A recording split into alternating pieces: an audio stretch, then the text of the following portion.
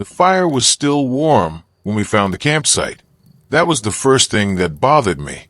The second was that whoever had been there had left everything behind. Sarah noticed the smoke first.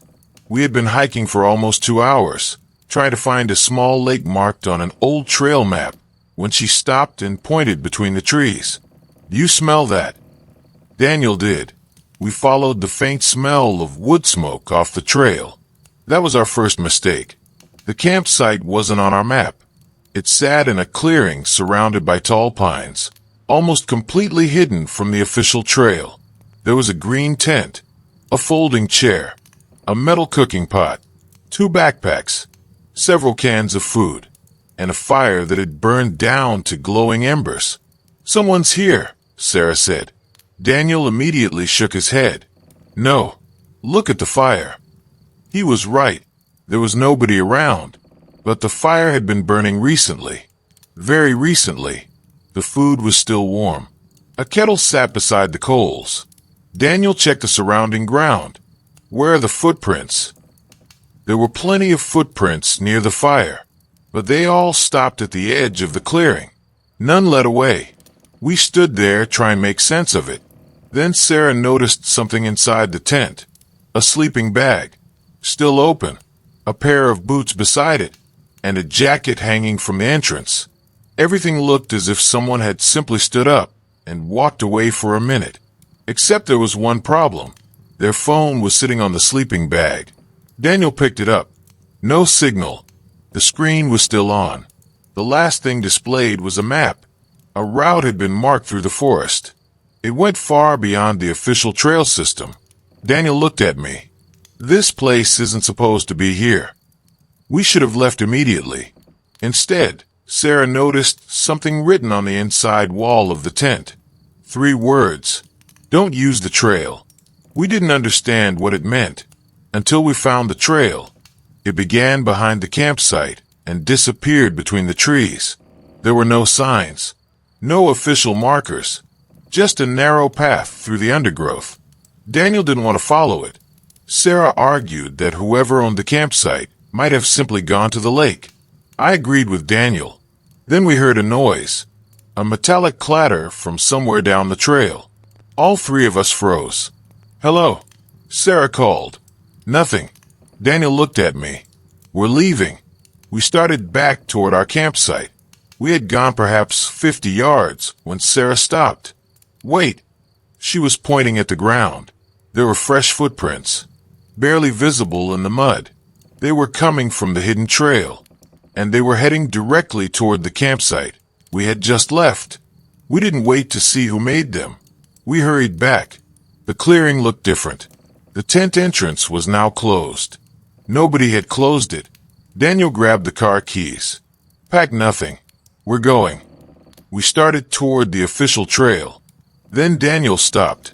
The trail ahead was blocked. A tree had been cut across it. Not fallen. Cut recently enough that pale would show through the bark. Sarah stared at it. Was that there before? No. We had walked this way less than an hour earlier. Someone had blocked our route. Daniel pulled out his phone. No signal. Mine showed 1 bar. Then it disappeared. We had 2 choices. Go back through the forest toward the hidden campsite, or take the old trail shown on the abandoned phone's map. Daniel studied the map.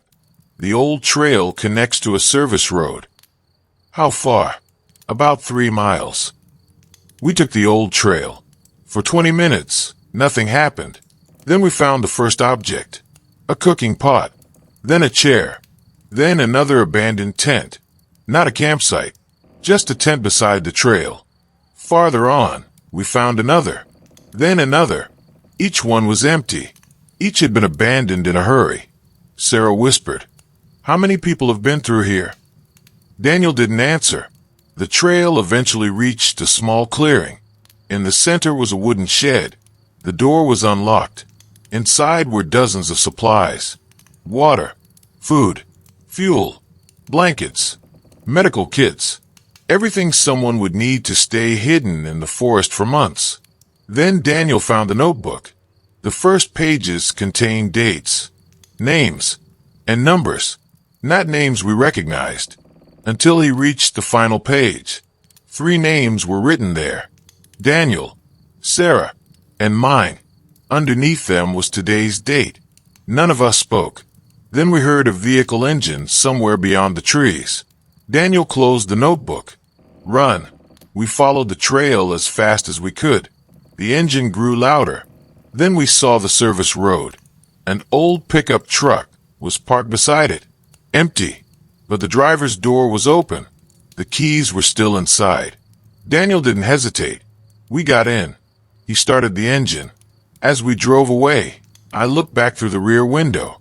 For 1 second, I saw someone standing beside the shed. Then the trees swallowed him. We reached the ranger station later that afternoon. Officials searched the area. They found the hidden campsites. They found the shed. They found the notebook. But they never found the people who had been using the area. The strangest part came afterward. A ranger told us the hidden campsite had been connected to several reports of missing hikers over the previous few years. They had never found those hikers. We asked what the notebook meant. The ranger wouldn't tell us. But before we left, he gave us one piece of advice. If you ever see a campsite that isn't on your map, don't assume it's abandoned. I've thought about that ever since. Because the campsite we found wasn't abandoned. It had been prepared for someone. We just never found out who. The last time I saw Mark, he was standing 20 yards ahead of us on the trail. Then he stepped behind 2 trees and disappeared. Not ran, not fell, disappeared. My friend Lucas and I had met Mark the previous evening at a remote campground. He was alone and carrying a large backpack. We spoke for a few minutes before he mentioned that his younger brother had gone missing somewhere in the forest 2 days earlier. He had come looking for him. At sunrise, Mark asked if we'd seen an old service trail on our map. We hadn't. He showed us where it was. It was less than a mile from our campsite. I've searched most of the area, he said, but there's one section I can't reach. Why? He hesitated.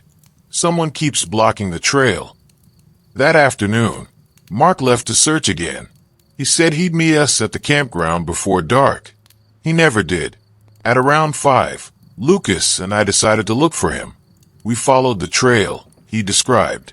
About a mile in, we found his backpack. It was sitting upright beside a tree.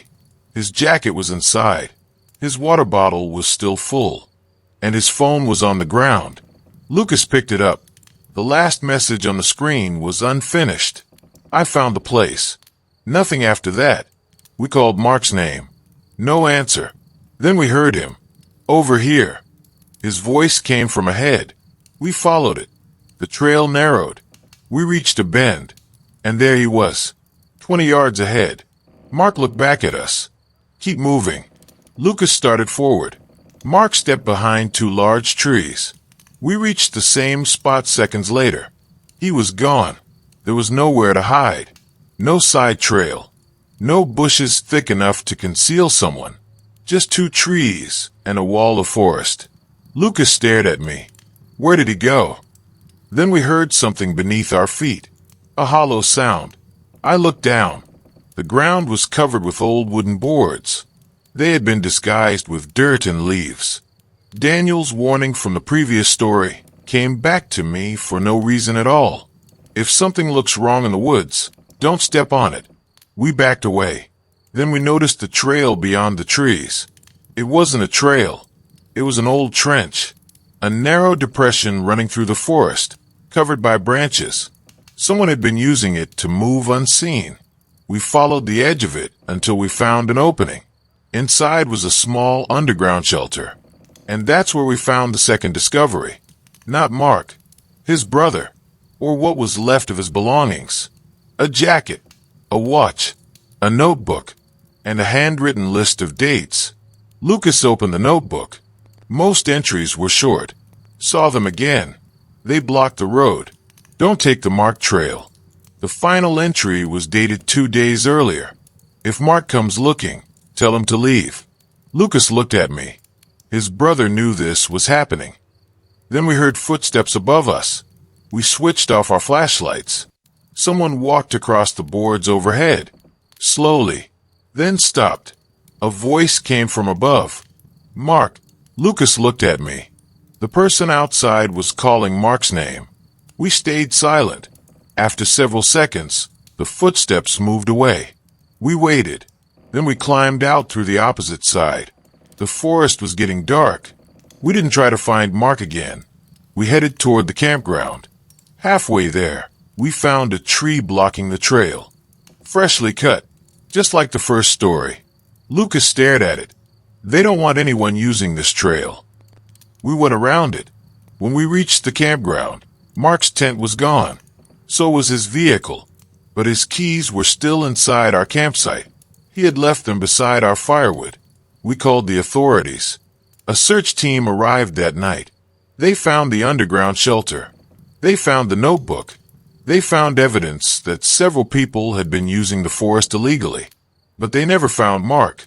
His disappearance was eventually connected to his brother's case. I still don't know whether Mark escaped or whether someone took him. But there is one detail I can't forget. Months later, the ranger contacted me. He said they had found another entrance to the underground shelter. It was located almost half a mile from the one we discovered. Inside was a chair, a lantern, and a fresh cup of coffee. They had found it the morning after our search. Someone had been there. Someone who knew exactly where we had been. And they had been close enough to hear us searching. If you're still listening, you already know what I would do now. I would never follow an unofficial trail into the woods again.